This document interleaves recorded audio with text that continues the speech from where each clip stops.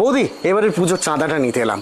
গতবারে তো 2000 ছিল, এবারে কি 500 বাড়াই? হ্যাঁ ভাই, আমরা তোমাদের পুজোর সর্বাঙ্গীন সাফল্য কামনা করি, কিন্তু আমরা এবারে পুজোর চাঁদা দিতে পারবো না। কেন বৌদি?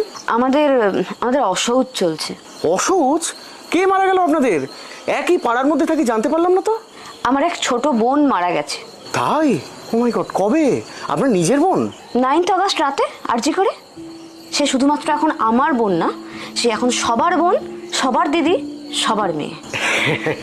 আপনি ইয়ার কি করছেন বৌদি?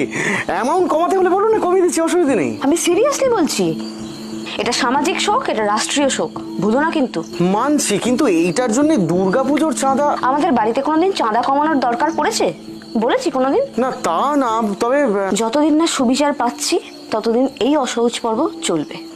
আর পুজোর আগে যদি আমরা সুবিচার পেয়ে